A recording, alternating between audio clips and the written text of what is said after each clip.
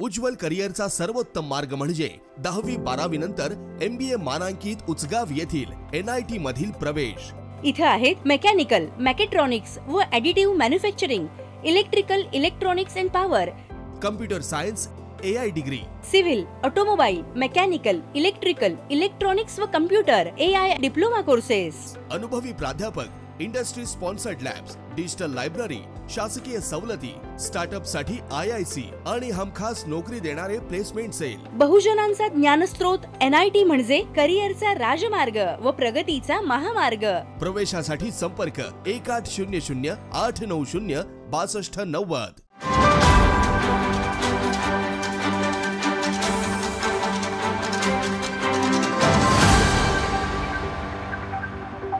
भरावाचे पूल या ठिकाणी करणार नाही। पूल जे असणार आहेत ते पिलरवर असणार आहेत आणि त्यामुळे हा देखील प्रश्न या ठिकाणी जी गैरसमज पसरवण्याचा जो त्यांचा प्रयत्न होता विरोधकांचा, हा चुकीचा आहे।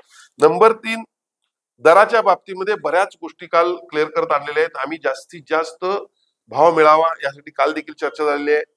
बघा, गेल्या 3 वर्षाचं आपण मला वाटतंय एकंदरीत रेडी रेकनरचा दर आणि बाजार भाव या गोष्टीसाठी कलेक्टरांची समिती या ठिकाणी स्थापन करणार आहोत।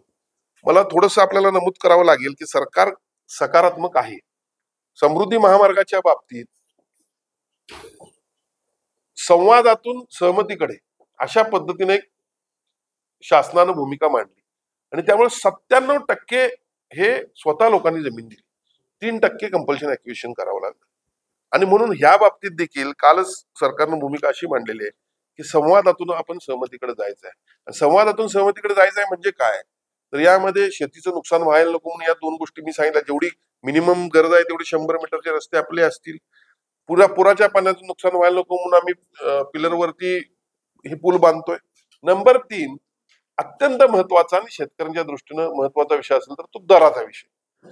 हा विषय अत्यंत महत्वाचा आहेच, कारण एकदा ही शेती केली तर ती परत मिळणार नाही आणि खऱ्या अर्थानं हे फार मोठं शेतकरी बांधवांचं योगदान त्यासाठी असणार आहे। हे होत असताना यामध्ये कलेक्टरांची एक समिती नेमली, त्यामध्ये मग ऍक्च्युअली बाजारभाव काय, रेट काय, याचा सगळा अभ्यास करून सर्वांना विश्वासात घेऊन हा निर्णय, म्हणजे एकंदरीत तुम्हाला सांगतो ठरलेल्या दराच्या डबल आणि त्यावरती 25%, बरोबर आहे महापौर साहेब, स्वेच्छेने देणाऱ्यांना 25%,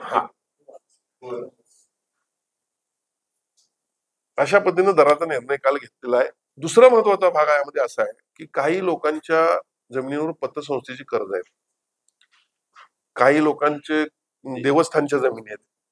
तर यामध्ये मी आज सकाळी पण कलेक्टरांशी बोललो, माझी चर्चा झाली। आपल्याला मंगळवारी त्यांनी समितीला इन्व्हाइट केले, मंगळवारी आमच्या समितीची त्यांची देखील चर्चा होईल कलेक्टरांची।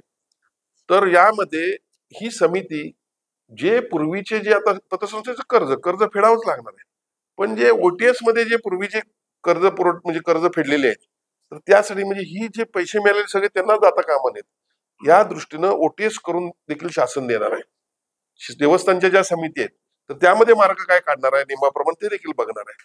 त्याचबरोबर कुणीतरी काल मुद्दा उपस्थित केला की त्याच्या ह्याच्यावरती MIDCचं आरक्षण पडलं तर त्याचा दर काय असणार। अशा प्रत्येक गोष्टीच्या बाबतीमध्ये शासनानं जिल्हाधिकाऱ्यांच्या अध्यक्षतेखाली समिती नेमलेली आहे आणि त्यामुळं जे प्रमुख 3 विषय होते हे प्रमुख 3 विषय निश्चितपणे मार्गी लागतील असं मला वाटतंय।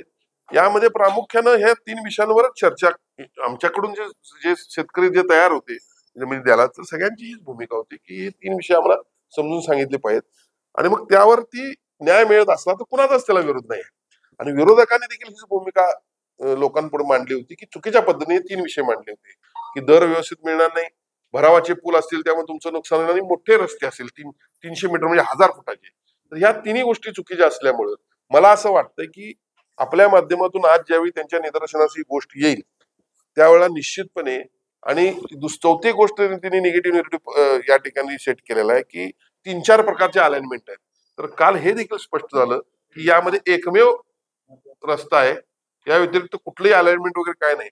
सुरुवातीला प्रोजेक्टचं ज्यावेळी डिझाईन करण्यात येत असतं त्यावेळेला एक 3-4 प्रकारच्या अलाइनमेंटचा विचार केला जातो, पण त्या ठिकाणी जे चांगलं अलाइनमेंट आहे आणि जे सुटसुटीत होईल, जे कमी खर्चात होईल, शेतकऱ्यांची जास्त जमीन जाणार नाही किंवा अशा पद्धतीने सगळ्या गोष्टींचा विचार करून एक अलाइनमेंट फायनल केलं जातं त्या दृष्टीने ते एकच आता अलाइनमेंट फायनल केलेलं आहे.